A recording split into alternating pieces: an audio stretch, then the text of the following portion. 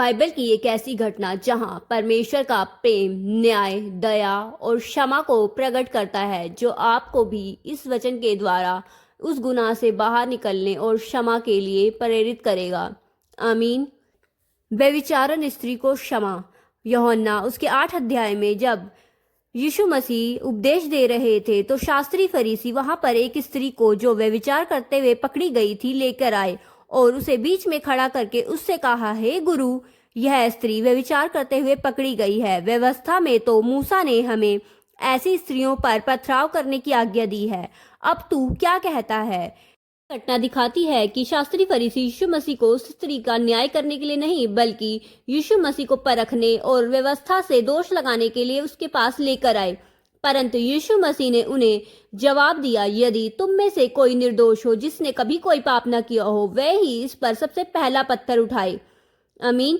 खुद प्रभु यीशु मसीह झुककर उंगली से भूमि पर कुछ लिखने लगे। जिसने भी पहला पत्थर उठाया, प्रभु ने भूमि पर कुछ लिखा। यह घटना दिखाती है कि प्रभु उनके दोष, अपराध, गुनाहों को भूमि पर लिख रहे थे, जिसके कारण वे शर्मिंदा होकर वहां से एक एक कर जाते रहे।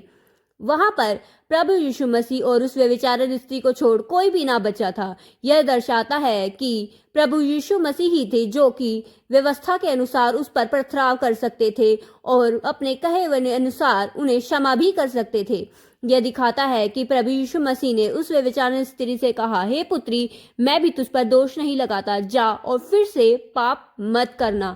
यह प्रभु ने उसे स्पष्ट कहा था कि अब मैंने तुझे क्षमा कर दिया है, दोबारा कभी भी फिर से पाप मत करियो। यह दिखाता है कि परमेश्वर की दया कितनी बड़ी है कि वह अपने सामने खड़े हुए पापी पर भी दया और क्षमा दिखाते हैं। यदि आपने भी कभी गुनाह किया है, दोष किया है, तो पश्चाताप कीजिए और प्रभु के पास वापस आइए, तो प्रभु आपको भी क्षमा करेंगे। ये वचन आप ही के लिए भी है और उन व्यक्तियों के लिए भी है जो गुनाह में फंसे हुए हैं, क्योंकि पर शैतान हम पर दोष लगाने आया है, परंतु प्रभु हमें क्षमा करने के लिए आए हैं। तो यदि आपने परमेश्वर इस वचन से कुछ सीखा है तो कमेंट में आमीन जरूर लिखिएगा, क्योंकि परमेश्वर का देखना मनुष्य का सा नहीं होता। वह हम पर दोष लगाने नहीं, परंतु हमें क्षमा करने आए हैं। तो कृपया करके आमीन जरूर लिखिएगा यदि आपने इस वचन से कुछ भी सीखा हो। सभी को जय मसीह की।